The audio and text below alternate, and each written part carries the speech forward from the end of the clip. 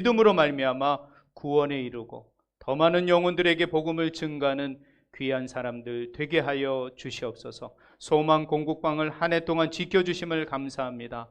내년 함께하여 주시고 인도하여 주시고 행복한 공국방이 될 수 있도록 인도하여 주시옵소서. 함께하심을 감사드리며 모든 영광을 주께 돌려드리며 예수님의 이름으로 기도했습니다. 아멘.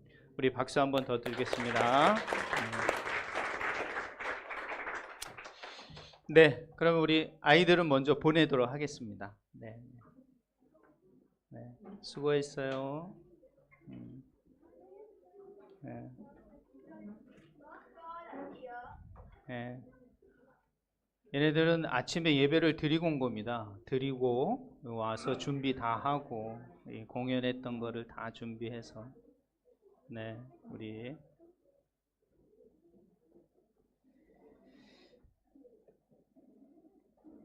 네, 빗자루까지 다 가져오라고. 저 밑에 아이들의 선물은 준비해 놨습니다. 저희들이 준비해서 이렇게 갈 때 다 주기로 하겠습니다.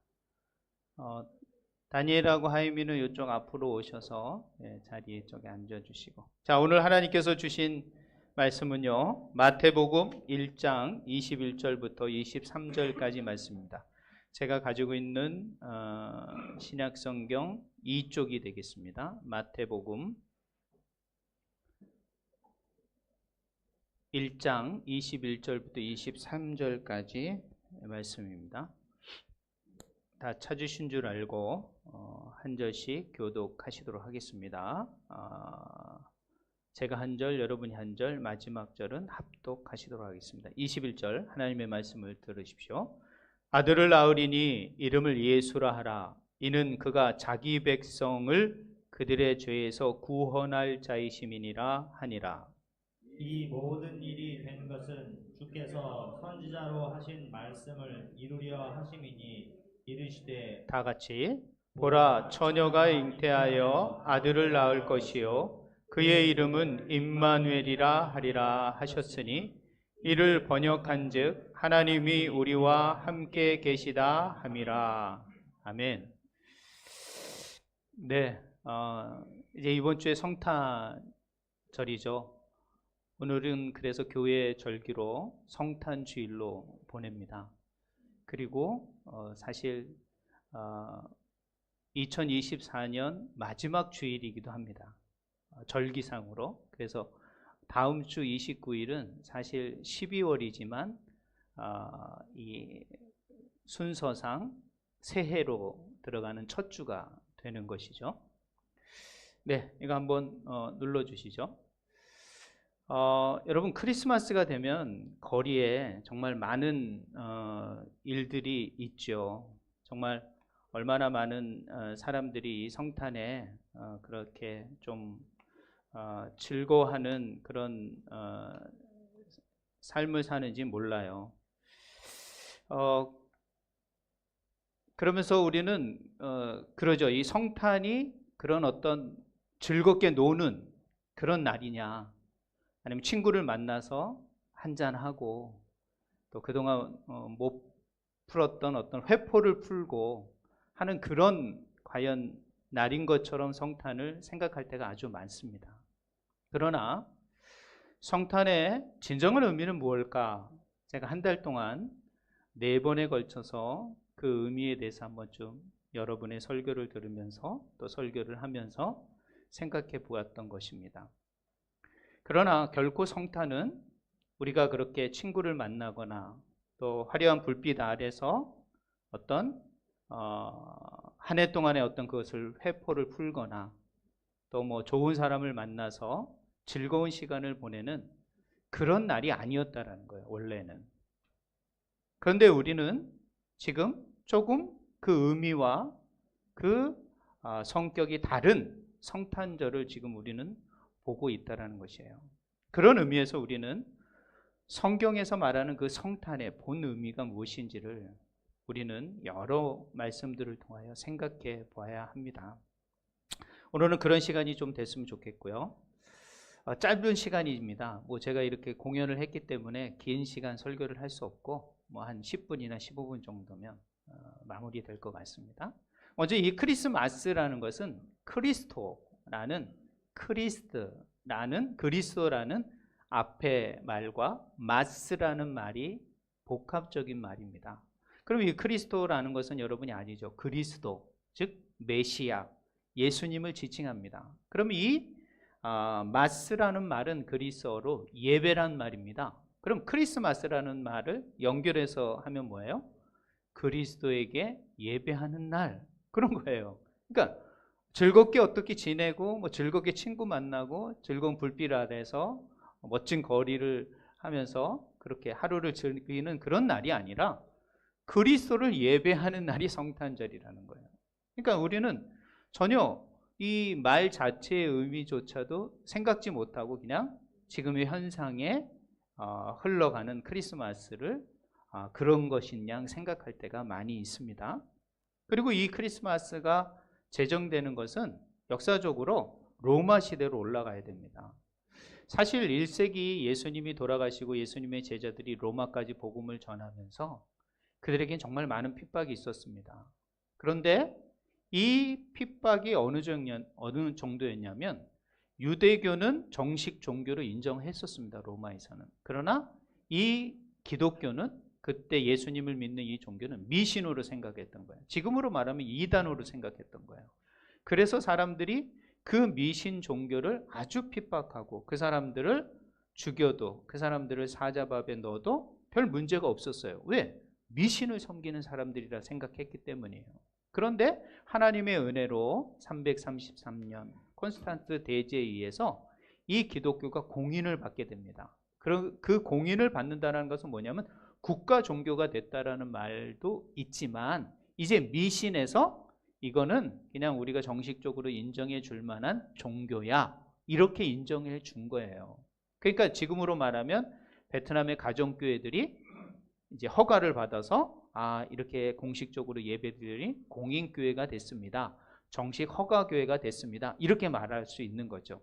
저희들도 저 한인교회가 허가받지 않고 우리끼리 예배드리고 우리끼리 모여서 예배드리면 우리는 미신적이고 불법적인 모임이 되는 거죠. 그러나 저희들은 정식적으로 허가를 받았기 때문에 공식적인 교회의 모습을 가지고 있는 거죠. 그런 식으로 이 4세기가 되어서 드디어 기독교는 미신에서 탈피되어 어떻게 돼요? 정식 종교가 된 거예요. 정식 종교가 됐는데 예수님이 탄생한 날을 하나 기념을 해야 되는 거예요. 다른 어떤 종교에는 다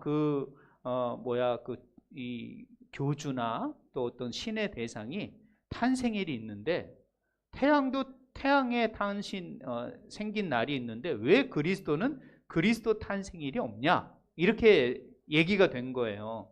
그러다가 로마가 태양신을 섬기고 있었거든요. 태양이 가장 이제 새롭게 비춰지는 날이 12월 달이었어요. 농번기가 끝나고. 그래서 그 12월 25일을 그러면 태양신을 섬기던 날이었지만 이 날을 그러면 그리스도가 태어난 날로 정해서 그리스도가 탄생한 날이라고 정하자라고 교황 율리우스 1세가 이를 공식화해버린 거예요. 그러므로 드디어 로마 제국의 그리스도의 탄생일, 정확하게 알 수는 없잖아요. 성경에 나오지 않았으니까.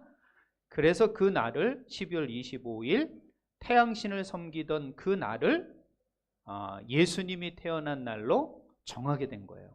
근데 사람들은 예수님이 태어나서 뭐 했는지도 생각하기도 전에 태양신이 섬기던 그 날처럼 그때 그것처럼 놀고 먹고 즐기던 그 날이 계속적으로 이렇게 오게 된 거예요. 그런 이미지가 너무 많아진 거죠. 이거는 현대에 온 게 아니에요. 로마 시대 때부터 그 크리스마스가 이 성탄일이 잘못 지정됨으로 말미암아 이렇게 온 거예요. 자, 현대까지 와가지고 어떻게 됐습니까? 이 크리스마스는 상업화가 됐죠. 그죠? 얼마나 그냥 현대 사람들이 이거를 장사 속셈으로 이 성탄절을 얼마나 이용을 합니까? 그죠? 분위기를 띄워놓고 상품을 진열해 놓고 그 상품을 팔려고, 또 1년 동안 팔지 못한 거 그날 다 팔려고 대목을 보려고 그런 날도 있어요. 또 선물 교환권, 화려한 장식을 합니다. 지금 어제 제가 시내를 나갔는데 아니 롯데백화점이 생겼대요. 옛날에 다이아몬드 프라자가. 그 롯데백화점은 얼마나 화려하게 이 추리가 돼 있는지 몰라요. 그러니까 어제 갔는데 공항까지 가는데 보통 한 30분, 40분이 가잖아요. 1시간 반이 걸렸습니다. 그 시내를 통과하기가 어려운 거. 어제 저녁에 저희 다니엘 둘째하고 막내 하임이가 왔거든요. 그래서 공항에 나갔는데 그 정도로 그렇게 됐습니다. 정말 화려하고 사람들이 12시가 다 됐는데 들어가지도 않고 오랜만에 오토바이가 그 일군에 가득 찬 걸 봤습니다. 정말 좀 색다른 경험을 오랜만에 했습니다. 이런 식으로 크리스마스가 이 역사적으로 흘러오면서 그 의미를 상실한 가운데 있다라는 거예요. 그래서 성탄절은 그냥 즐겁고 특별히 쾌락을 즐기는 거예요.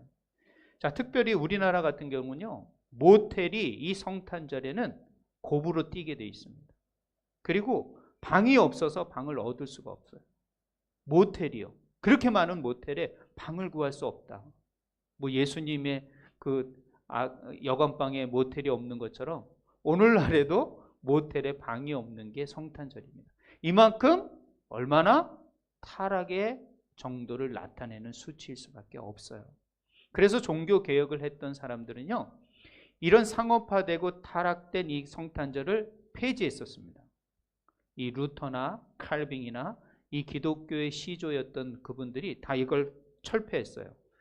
그리고 영국의 청교도인들도 이걸 철폐했어요. 그러나 상인들이 이것을 가만두겠습니까?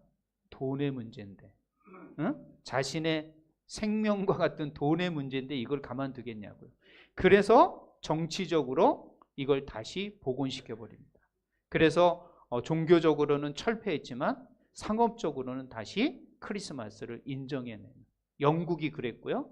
또 청교도인이 넘어간 미국에서도 초창기에는 이 성탄절을 지내지 않았습니다. 이것은 어떤 날로 했냐면 다시 이것은 회개하는 날, 주님이 이 땅에 오신 구원의 시작의 날, 이런 식으로 생각을 했는데 미국이 또 그렇습니까? 자본주의의 시초가 그럴 리 없죠. 그래서 어떻게 해요? 대통령 이 크롬웰이라는 대통령이 이것을 그냥 휴일로 제정을 해버리는 거예요. 그래가지고 사람들이 이제는 놀게 되고 그 전후로 해가지고 아주 수많은 상술과 그런 상업적인 그런 퇴폐적인 게 미국에서 사실은 시작이 된 거예요.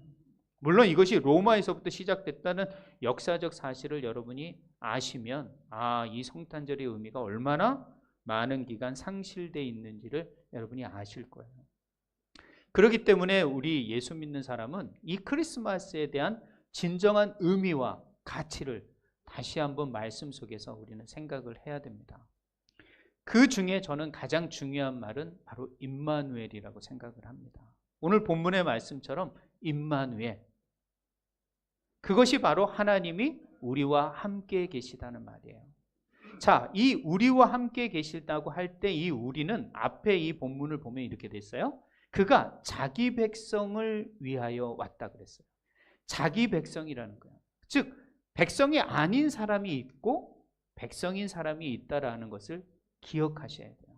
그러니까 예수님이 오신 것은 자기 백성을 위해서, 즉 예수를 믿기로 결정하고 결단한 사람들을 위하여 이 땅에 오셔서 또 다음에 뭐라고 돼요? 그들의 죄에서 구원하시려고, 즉 그들의 죄의 문제를 해결하시려고 이 땅에 오셔서 임마누엘 하셨다, 즉 함께 계셨다라고 말씀하시는 거죠.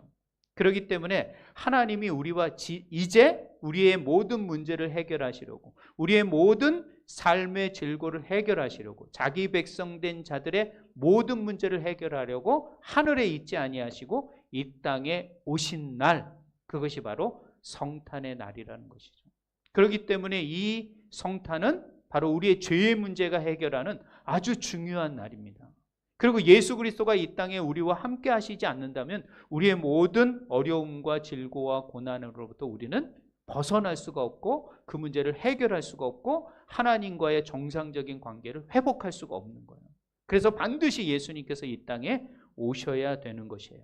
그리고 인간의 몸으로 오셔야 되는 것이죠.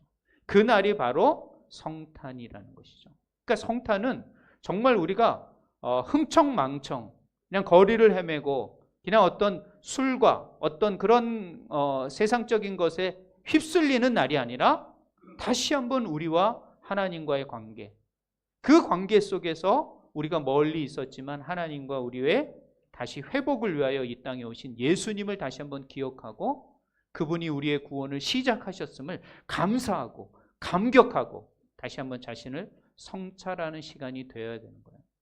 그래서 저는 오늘 우리는 자기 백성으로 살아가고 있는가? 정말 예수님의 백성으로 살아가고 있는가? 이거에 대해서 우리는 다시 한번 좀 생각해 보려고 합니다. 첫 번째로 예수님은 자기 백성을 위해서 오셨어요. 구원하시려고 오신 것이죠. 자기 백성이 죄에 갇혀져 있습니다. 죄로 죽어가고 있습니다. 자기의 아들과 같고 자신의 자녀와 같고 자신의 백성을 그렇게 버려둘 수 없어서 그의 아들인 예수님을 이 땅에 보내셔서 그 하나님과의 모든 죄의 문제를 해결하고 모든 관계적인 것을 회복하려고 이 땅에 오신 자기 백성을 위하여 이 땅에 오신 예수님. 이 날을 성탄이라고 우리는 생각하고 기억해야 되는 거예요. 그러므로 첫 번째는 여러분 예수님을 왕으로 모시는 삶을 사셔야 됩니다. 예수님을 나의 왕으로 모시는 것은 너무도 중요한 일입니다. 정말 내가 내 삶을 주장하고 있는가? 아니면 내 삶을 왕 대신 예수님 앞에 모든 걸 맡기고 그분 앞에 모든 결정권을 드리고 있는가? 이것 좀 한번 생각해 보는 성탄이 되었으면 좋겠습니다. 예를 들어서요. 어떤 CEO의 결단인데요. 어떤 CEO가 고민을 합니다. 회사를 운영해야 되는데 너무 힘들어요. 정말 재정도 많이 있어야 되고 돈도 많이 필요해요. 그런데 어떤 투자자가 나타나서 거액을 투자할 테니 너의 회장의 자리를 나에게 줘라. 이렇게 말을 하는 거예요. 이 CEO는 야, 이 자리를 내가 내줘도 돼? 그러나 회사를 위해서 정말 많은 직원들을 위해서 결단을 해야 되는 거예요. 그리고 CEO는 결단을 해서 이 투자자에게 모든 자리와 모든 제안을 받아들이게 되는 것이죠. 그러므로 그 회사는 다시 회복하게 되고 살아나게 되는 것처럼. 여러분, 예수님이 오셔서 여러분에게 묻는 거예요. 너 삶을 너의 결정과 너의 결단으로 살았는데 이제 나에게 그 결정권을 주지 않겠니? 그것이 바로 예수님을 내 삶의 왕으로 모시는 삶이라는 것이죠. 과연 여러분의 모든 결정과 모든 결정을, 선택을 여러분이 하는 게 아니라 예수님에게 맡기는 것. 그것이 바로 우리가 예수님을 우리의 삶의 왕으로 인정하는 삶이라는 것을 여러분 기억하셔야 됩니다. 두 번째로는 세상 속에서 나는 하나님 예수님의 백성으로 살고 있는가? 예수님이 자기 백성을 위하여 이 땅에 오셨다면 내가 그 자기 백성, 예수님의 백성이라고 믿는다면 내가 교회 안에서만이 아니라 세상 속에서 과연 예수님의 백성으로 살아가고 있는가?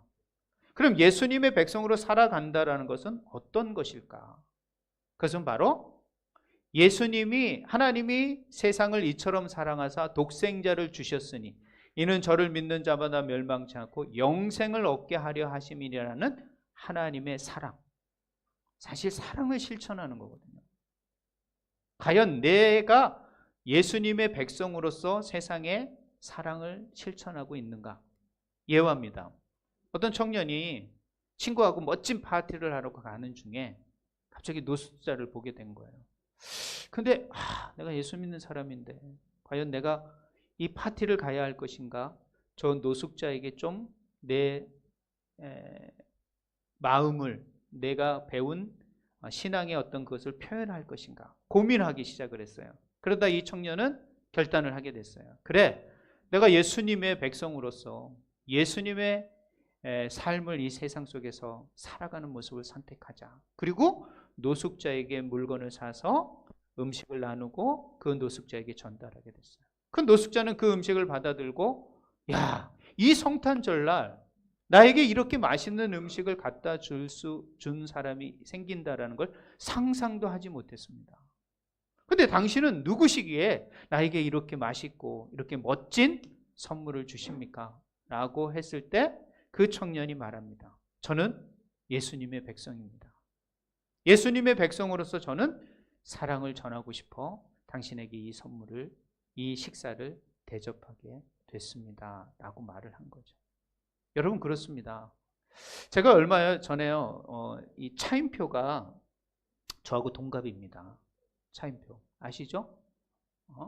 신혜라의 남편 차인표인데, 차인표가 나타날 때 저하고 나이가 똑같았어요. 그래서 저는 한 30년 동안 보고 있었어요, 차인표를.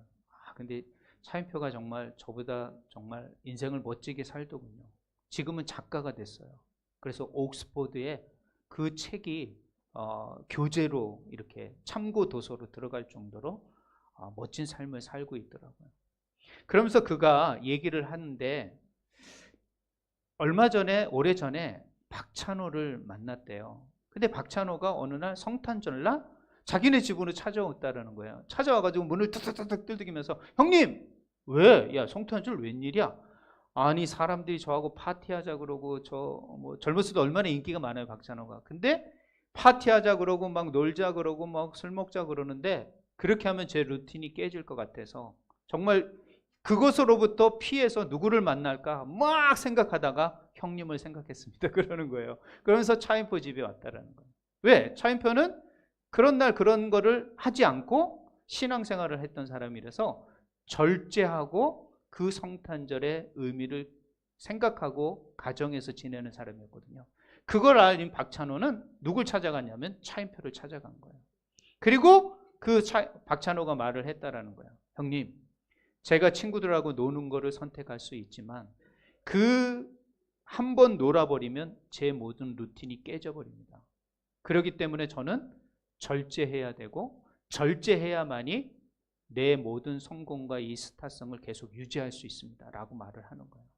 여러분, 신앙도 마찬가지예요. 여러분이 절제하지 않고 그것을 통제하지 않는다면 여러분의 모든 것들이 한순간에 무너질 수 있다는 걸 아셔야 돼요. 자신의 스타와 자신의 몸과 자신의 모든 운동 경력을 유지하기 위해서도 절제하는 스포츠 스타가 있는데, 하물며 우리는 영생의 문제가 달려있는 이 문제 앞에 우리는 너무 성탄절날 우리를 너무도 세상에 마음껏 자유롭게 내놓는 사람이 너무도 많은 그리스도인이 있다는 것을 저는 생각할 때 너무도 안타까운 거예요.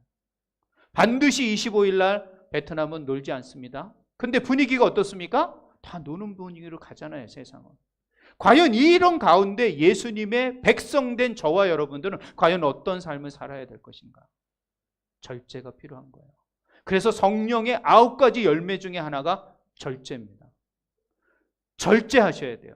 절제하지 않으면 여러분의 돈, 여러분의 건강, 여러분의 모든 삶의 스타일과 삶의 루틴이 다 깨져버릴 수도 있어요. 한순간에 넘어질 수가 있다는 거예요. 왜? 수많은 유혹이 있기 때문에, 세상에. 그렇기 때문에 여러분, 이 청년처럼 친구와 파티를 가는 것이 아니라 노숙자를 보고 어려운 사람을 보고 하나님의 자기 백성된 삶을 살아가는 것, 이것이 바로 성탄을 보내는 그리스도인의 모습이 되어야 된다고 저는 생각을 하는 거예요. 이것이 참된 성탄을 보내는 그런 모습이 아닐까 생각을 합니다. 성탄절을 맞이하면서 여러분은 2가지 질문을 했으면 좋겠어요. 첫 번째, 예수님을 왕으로 모시고 있는가? 과연 내가 모든 선택하고 결단하는 것이 나의 결정인가, 아니면 예수님을 생각하는 결단이고 결정인가? 이걸 한번 좀 생각해 보셔야 합니다. 2번째로는 내가 예수님의 백성답게 지금 살고 있는가? 교회 안에서 거룩한 척 하는 거 아니라 정말 세상 속에서 어떤 시험 앞에서도 내가 과연 그것을 절제하고 결단하면서 통제하면서 내가 하나님의 백성다운 삶을 살고 있는가? 이 2가지 질문이, 이 성찰이 우리에게는 성탄절마다 있어야 됩니다. 그래야만이 이 성탄절을 진정한 성탄의 의미를 깨닫고 지나가게 되는 것입니다. 그냥 한번 흥청하고 이날은 망가져도 돼 하고 지나가는 날이 아닙니다. 이건 세상의 유혹이고 세상으로 우리를 끄집어 내려고 하는 죄의 유혹일 수 있다는 것을 기억하셔야 돼요. 그렇기 때문에 성탄의 바른 삶과 질문들, 자기 성찰의 질문들이 저는 있기를 소망합니다. 그러므로 성탄절을 어떻게 보낼 것인가? 예수님을 왕으로 모셔야 합니다. 그리고 순종하는 삶, 예수님이 나의 삶을 다스리고 계시다. 예수님의 음성에, 말씀의 소리에 여러분이 순종해 가시고, 그리고 더 나아가서는 복음을 전파하셔야 돼요. 여러분, 베트남이요, 복음 증가하기 어렵습니다. 노방전도 하기도 어렵고요, 종교시설 외에서 종교 행위를 하는 건 다 불법입니다. 그런데 말이죠, 이 베트남에서 공식적으로 예수님을 증거하고 노래할 수 있는 날이 있는데 그게 바로 성탄절이에요. 왜 베트남 교회가 이 공산 치하에서도 살아남을 수 있었느냐? 여러 가지 이유가 있습니다. 그러나 저는 한 가지 더 말씀드릴 수 있는데, 그것은 성탄절만은 복음을 증거했다는 거예요. 그래서 교회마다 가장 많은 결신을 얻는 날이 성탄절입니다. 하노이에 있는 우리 떤 목사님, 중부에 있는 후이 목사님 다 전도 집회했습니다. 그래서 10명, 20명, 우리 어저께 여기 소망공복반 20일 날 금요일 날 전도 집회했습니다. 그때 2명 이상 복음을 영접하고 예수를 믿겠다고 했다. 성탄절, 베트남 교회는 복음을 전파하고 있다는 거예요. 과연 여러분 삶 속에 이 성탄절 날 남이 내가 말하지 않아도 성탄절이 어떤 날인지 알고 있는 그 모든 사람들, 세상을 향하여 복음을 전파하고 있냐는 거예요. 바로 성탄절 우리가 어떻게 보내야 됩니까?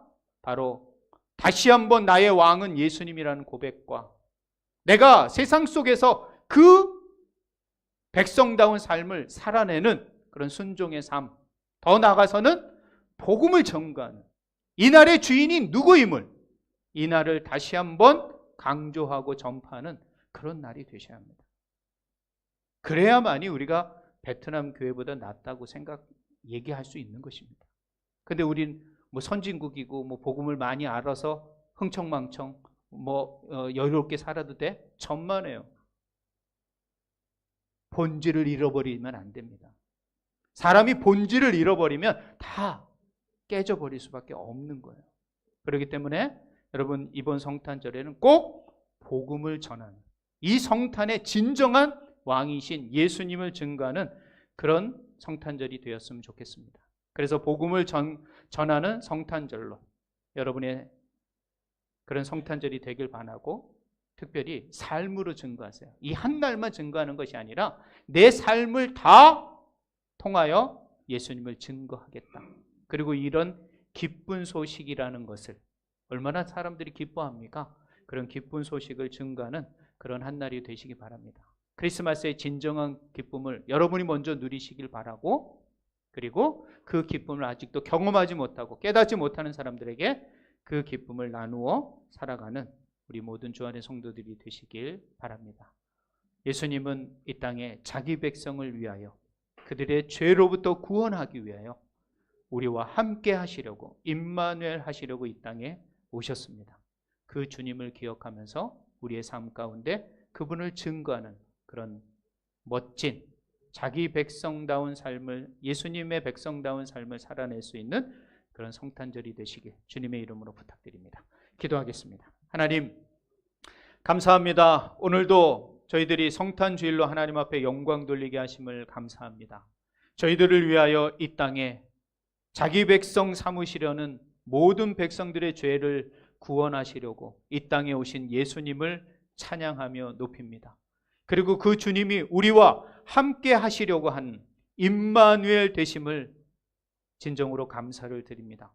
이 주님을 우리의 삶의 왕으로 모시고 우리의 삶 속에 주님의 백성다운 삶을 살아낼 수 있는 순종의 삶, 헌신의 삶이 되게 하시고, 이 기쁨을 아직도 누리지 못하는 수많은 사람들에게 그 기쁨을, 진정한 기쁨을 나누는 우리의 주 안의 성도들이 되게 하여 주시옵소서. 하나님 함께하여 주시고 2024년도 여기까지 인도하여 주심을 진심으로 감사를 드립니다. 다시 한번 모든 것이 주님의 은혜였습니다. 이 주님을 증거하는 저희들의 삶이 되게 하여 주시옵소서. 저희 교회가 되게 하여 주시옵소서. 이 땅 베트남의 구석구석에 더 많은 하나님의 영혼들이, 하나님의 자기 백성된 사람들을 구원해내는 교회가 될 수 있도록 저희들의 삶이 될 수 있도록, 저희들의 공동체가 될 수 있도록 하나님 인도하여 주시고 축복하여 주시옵소서. 함께하여 주심을 감사드리며 예수님의 이름으로 기도했습니다. 아멘. 찬양대 찬양으로 준비하신 예물 하나님 앞에 올려드립니다.